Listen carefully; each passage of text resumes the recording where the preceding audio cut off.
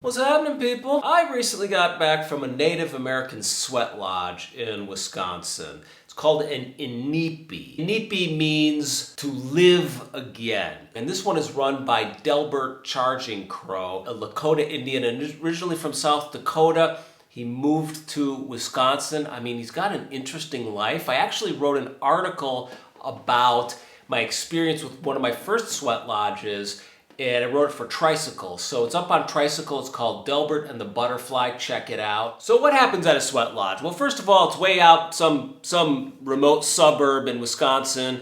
I went with my girlfriend's son. We showed up. Delbert came out of his house and he looked totally surprised to see us. He wasn't wearing any shirt. He had kind of the big old man belly and thin arms. He's probably about 70 years old.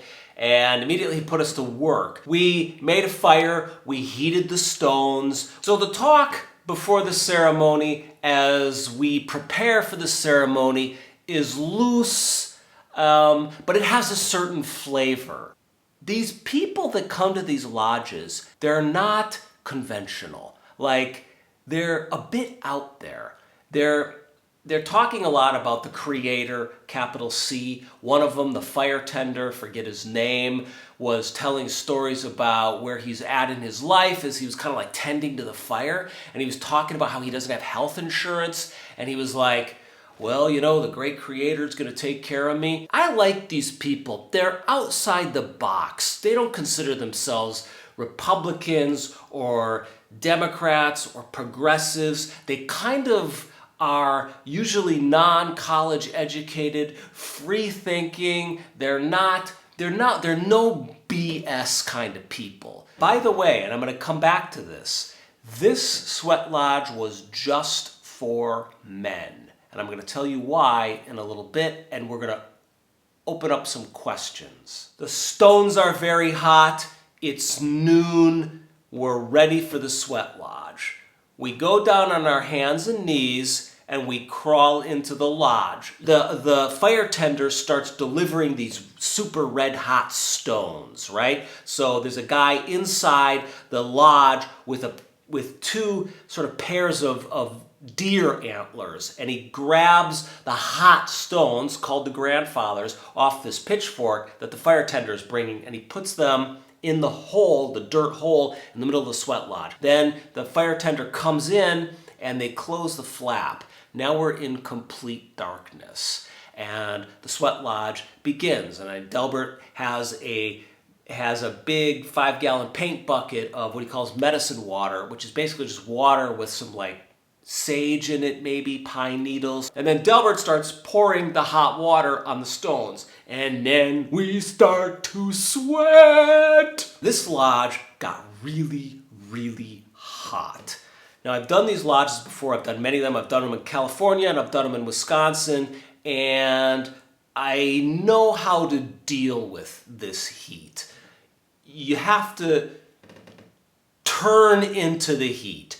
I have to sit up straight, like position my body in a certain way and basically say, come on, come to daddy, come inside me, breathe in the heat, because then you're going to sweat out the poisons, okay? Breathe in the heat, sweat out the poisons.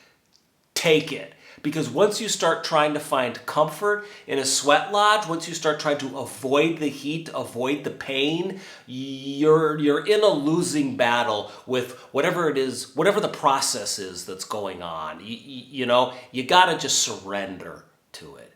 You gotta surrender to it. And generally speaking, like, that's how you do any spiritual practice, because they're never comfortable. If you're doing a spiritual practice that's really kind of comfortable and they're putting hot stones on you and massaging your feet and playing nice music, and no, it's not going to work. You have to surrender to the discomfort.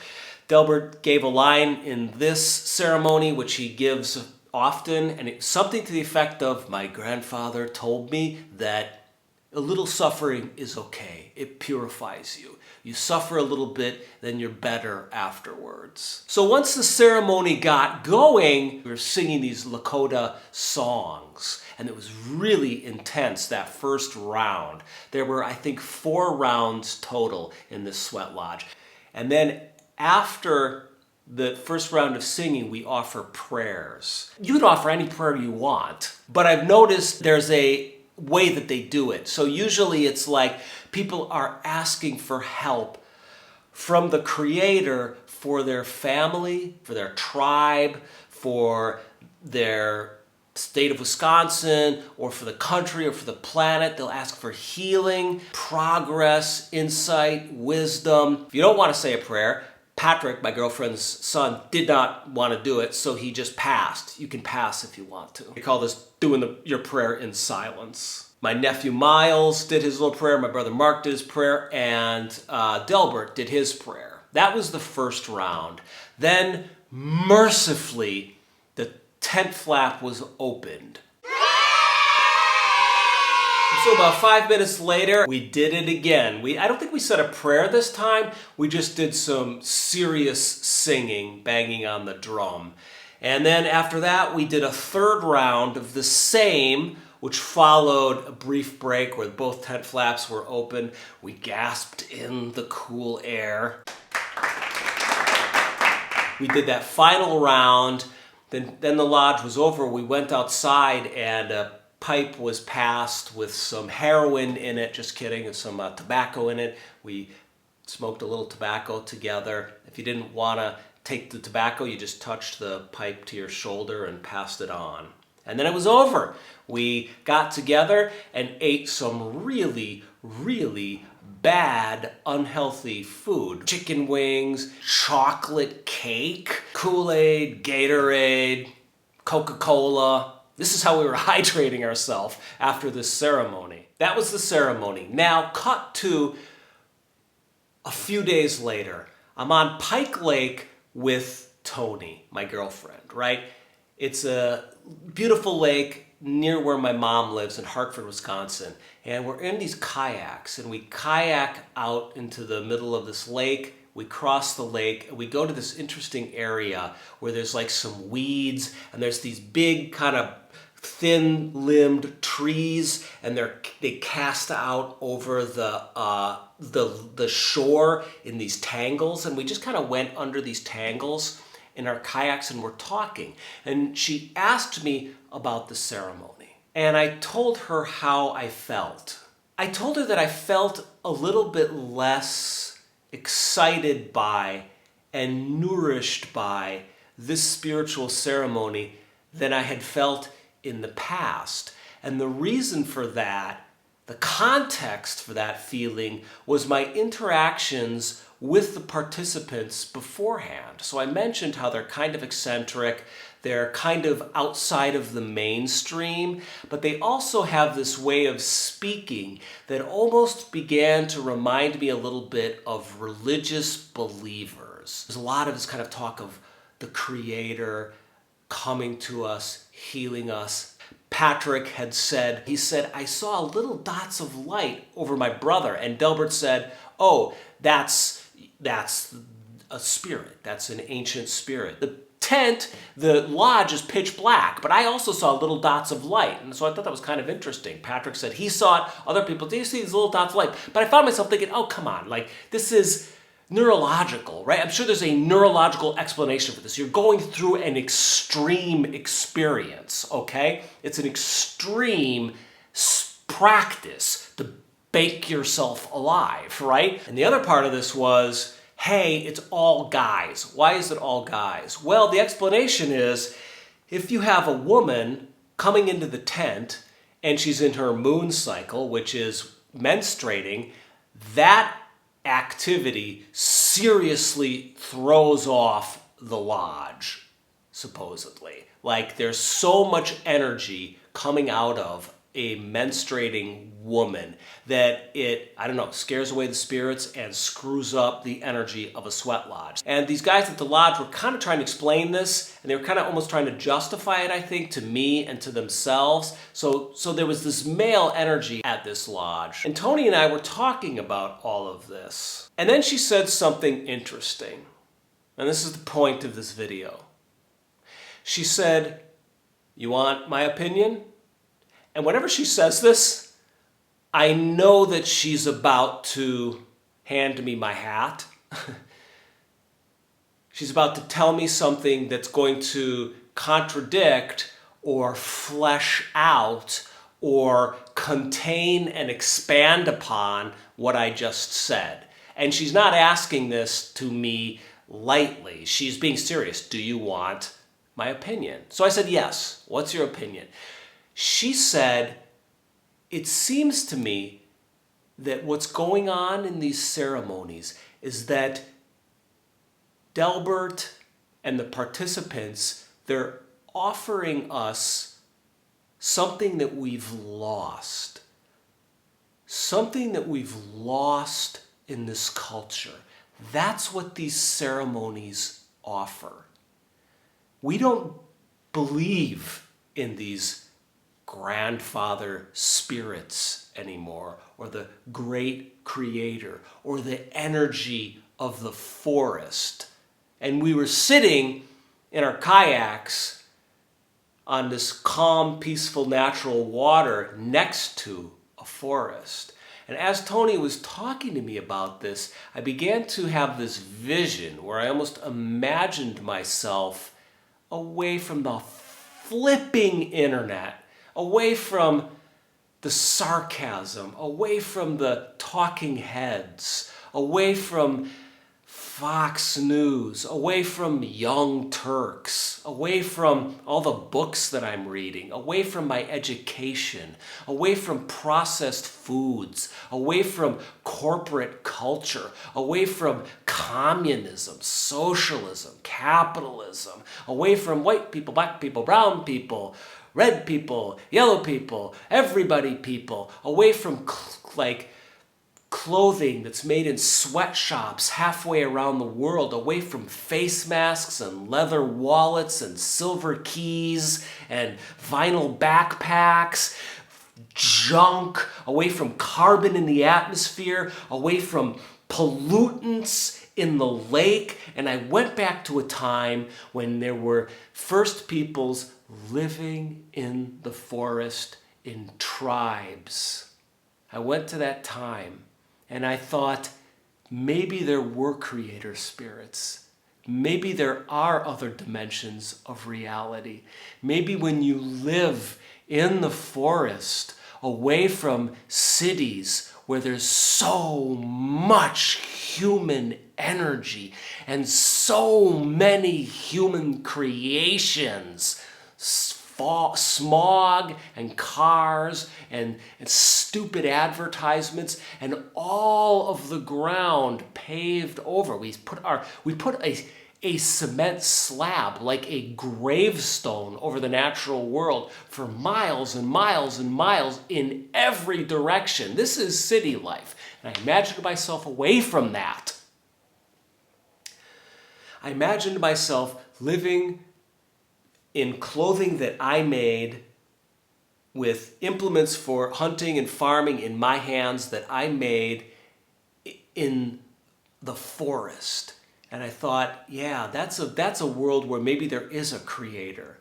That's a world where maybe people are tuned into the energies of menstruation, or the energies of the ancestors, or the energies of heat coming into your body and purifying you and healing you, or spirits coming into the tent and blessing you. Like maybe these ancient practices, while not totally relevant for our time, maybe there is a deep kernel of truth in them that just reminds us and blesses us again with the truth of what we've lost in our culture and in this world we live in. I mean, I'm sitting in a box right now, and it's an apartment box, and this apartment box is next to other apartment boxes, which have stacks of apartment boxes within that cement city where there are a bunch of other stacks of boxes. I mean, we've created an alternate reality for ourselves that is totally separate from the truth that the native peoples, the Lakota peoples who created these ceremonies, the truth of their lives and of their condition, of living in the forest, an active, vibrant, violent, vital forest. Oftentimes, me, am inclined to eschew or poo-poo mystical ways of thinking, long tail traditions that go way back, traditions that have a spinal cord that extends into the distant past, like these Lakota ceremonies, or the Rinzai Zen ceremonies that we often did up at the monastery. And I found myself kind of always half in, half out when we did our Zen ceremonies at the monastery. I thought, well, I get that a human being is hardwired for ritual, but I don't necessarily find these ceremonies to be relevant to my spiritual practice. I'm more of a Zazen guy, but I'm questioning that now. We don't have all the answers in our day and age. I mean, we figured out the genome. We've seen into far distant galaxies. We've discovered background radiation from the Big Bang. I mean, our science is totally profound, mind-blowing. But there may be elements of reality that we've lost, that have become lost to us in the choices that we've made as a Western secular society. So maybe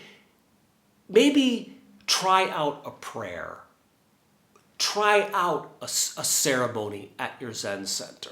Go back to your Catholic or your Jewish or your Islamic Mass. Taste it every now and then. You don't have to completely throw these things out. You don't have to reject ritual. You don't have to reject ritual just because you believe in science. There may be modes of existing that are lost to us, but are still buried in our spinal cords, in our souls.